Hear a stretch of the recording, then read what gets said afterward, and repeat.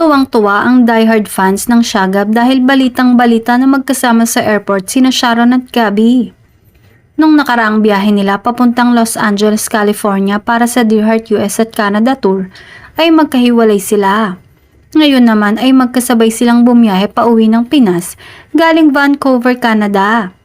Sa Instagram post ni Sharon na larawan nilang dalawa ni Gabby ay may caption ito na "Where to next?" na may heart emoji.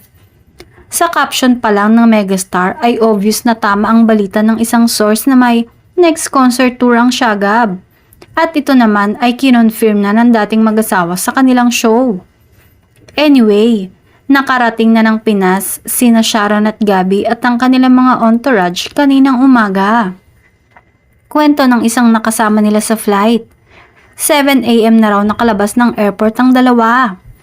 Hindi lang sure ang nagkwento kung magkatabi nga ba ng upuan sina Sharon at Gabby sa flight dahil nasa business class ang ex-couple at nasa economy ang kanilang mga entourage.